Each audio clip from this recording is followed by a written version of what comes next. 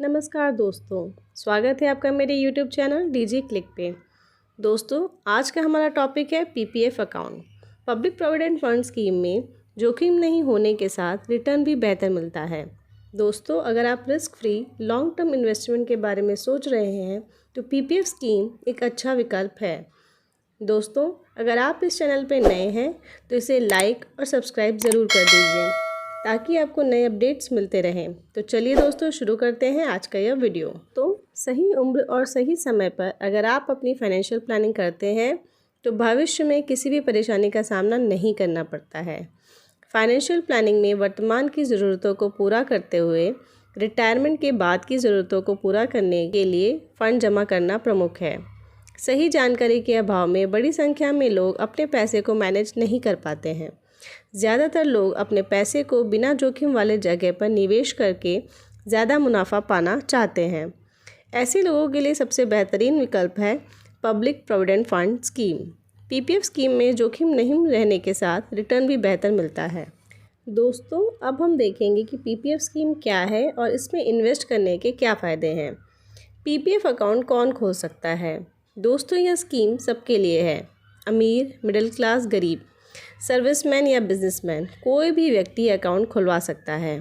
किसी भी उम्र के लोग इसे खुलवा सकते हैं। अगर आपकी उम्र 18 वर्ष से कम है तो आप अपने माता पिता या कानूनी अभिभावक या लीगल गार्डियन के साथ पीपीएफ अकाउंट खुलवा सकते हैं।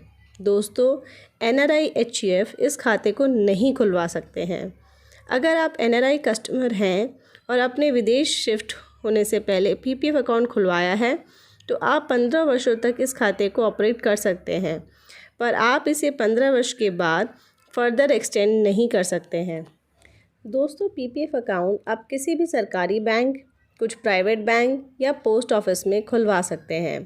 पीपीएफ अकाउंट खोलने के लिए इन डॉक्यूमेंट्स की आवश्यकता होती है: एक passport size photo, PAN card और आधार कार्ड। यदि आपकी उम्र 18 वर्ष से कम है तो एक passport size photo, birth certificate और आधार कार्ड। इसके अलावा माता पिता या कानूनी अभिभावक का एक passport size photo, pan card और आधार कार्ड। एक व्यक्ति केवल एक ही पीपीएफ अकाउंट खोल सकता है। दोस्तों, अब हम बात करते हैं इन्वेस्टमेंट अमाउंट की, मतलब कि आप इस स्कीम में कितना पैसा इन्वेस्ट कर सकते हैं। दोस्तों, आप स्कीम में दर वित्तीय वर्ष यानी पर फाइनेंशियल ईयर न्यूनतम 500 रुपये से लेकर अधिकतम 1.5 लाख रुपए निवेश कर सकते हैं। दोस्तों, अपने पीपीएफ अकाउंट में अगर आप किसी फाइनेंशियल ईयर में न्यूनतम 500 जमा नहीं कर पाते हैं तो पीपीएफ अकाउंट डीएक्टिवेट हो जाएगा। 50 रुपये दर वित्तीय वर्ष का फ़ाइन भर के आप इसे दोबारा एक्टिवेट कर सकते हैं। इसलिए दोस्तों, आपसे अनुरोध है कि पीपीएफ अकाउंट में दर वर्ष न्यूनतम 500 रुपये अवश्य जमा करें। इसके अलावा दोस्तों, इस स्कीम में सालाना 1.5 लाख से ज़्यादा इन्वेस्ट नहीं कर सकते। इस स्कीम में आप सालाना अधिकतम 12 बार पैसे जमा कर सकते हैं। आप चाहें तो एक बार में 1.5 लाख रुपए जमा कर सकते हैं या 12,500 के मंथली इंस्टॉलमेंट की तरह वर्ष में 12 बार जमा कर सकते हैं। दोस्तों, अब हम बात करेंगे कि पीपीएफ स्कीम में इन्वेस्ट करने के क्या फ़ायदे हैं। पहला, हाई प्रॉफिट। दोस्तों, पीपीएफ का इंटरेस्ट रेट यानी कि ब्याज दर भारत सरकार द्वारा तय किया जाता है। पीपीएफ का ब्याज दर हर क्वार्टर में बदलता है।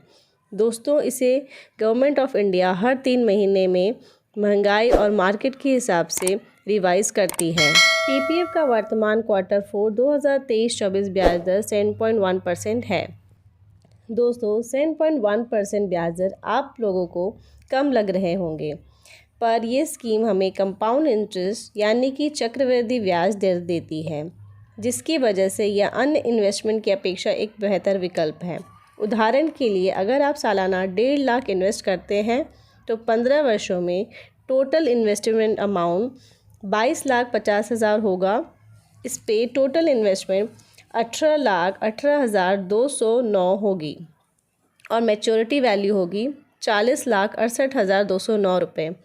दोस्तों, अब मैं आपको कंपाउंड इंटरेस्ट का मैजिक दिखाऊंगी। दोस्तों, अगर हम 15 वर्षों की जगह 20 वर्षों तक इस स्कीम में इन्वेस्ट करेंगे तो ब्याज की रकम डबल हो जाएगी। जी हाँ दोस्तों, यह है कंपाउंडिंग इंटरेस्ट का बेनिफिट। और अगर हम 5 साल और बढ़ाते हैं और 20 की जगह 25 वर्षों तक इन्वेस्ट करेंगे तो टोटल ब्याज 65,58,015 रुपये हो जाएगा और टोटल मैच्योरिटी वैल्यू 1 करोड़ से ज़्यादा हो जाएगी।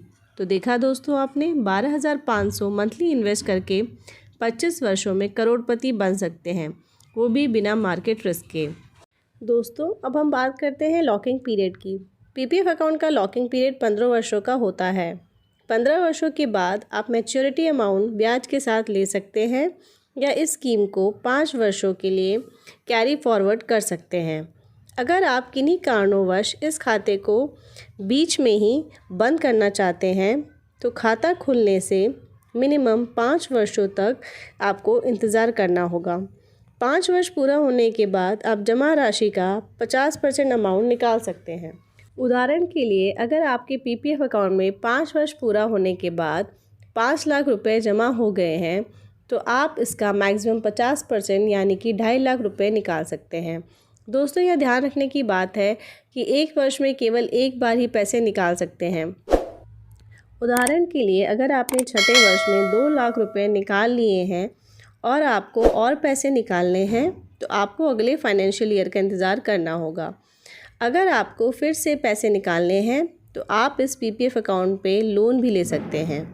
दोस्तों आप अपने पीपीएफ अकाउंट की जमा राशि का 25% लोन 3 से 6 वर्षों के लिए ले सकते हैं।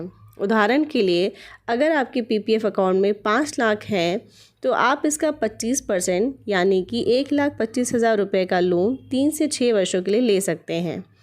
तीसरा, income tax benefits. PPF account में गवर्नमेंट इनकम टैक्स एग्जेम्पशन देती है। आप पीपीएफ अकाउंट में इन्वेस्टमेंट का पूरा अमाउंट इनकम टैक्स एक्ट 1961 के सेक्शन 80C के तहत क्लेम कर सकते हैं और टैक्स वेव करा सकते हैं। आप सालाना अधिकतम 1.5 लाख का इनकम टैक्स बेनिफिट ले सकते हैं। दोस्तों इसमें मिलने वाले इंटरेस्ट भी 100% टैक्स फ्री होता है। चौथा, लीगल इम्यूनिटी। पीपीएफ अकाउंट को लीगल इम्यूनिटी भी मिलती है, यानी कि कोई भी कोर्ट पीपीएफ फंड को अटैच नहीं कर सकता है। यह पैसे 100% आपके हैं। पांचवा, गारंटीड रिटर्न्स। सरकारी स्कीम होने के कारण यह हमें गारंटीड रिटर्न्स देती है। छठा, फ्लेक्सिबल इन्वेस्टमेंट यानी मनचाहा निवेश। दोस्तों इस स्कीम में आप अपने वित्तीय क्षमता के अनुसार दर वित्तीय वर्ष या फाइनेंशियल ईयर न्यूनतम 500 से लेकर अधिकतम 1.5 लाख रुपए जमा कर सकते हैं। सातवां, इजी ट्रांसफ़र अकाउंट। दोस्तों अगर आपका ट्रांसफ़र या स्थानांतरण किसी अन्य शहर में होता है तो आप इस खाते को आसानी से ट्रांसफ़र करा सकते हैं। तो देखा दोस्तों आपने, बहुत ही आसान तरीके से कम डॉक्यूमेंट्स की मदद से आप अपना और अपने परिवार के अन्य सदस्यों का पीपीएफ अकाउंट खुलवा सकते हैं और हर महीने छोटे छोटे बचत और निवेश करके अपना रिटायरमेंट प्लान कर सकते हैं और अपना और अपने परिवार का भविष्य सुरक्षित कर सकते हैं। अगर आपको यह वीडियो यूज़फुल लगा हो तो इसे लाइक और सब्सक्राइब कर दें, अपने फैमिली और फ्रेंड्स के साथ शेयर करें। आज के इस वीडियो में बस इतना ही, फिर मिलते हैं एक और नई वीडियो में। तब तक आप खुश रहिए और पीपीएफ अकाउंट में इन्वेस्ट करके अपना और अपने परिवार का फ्यूचर सिक्योर करें। धन्यवाद।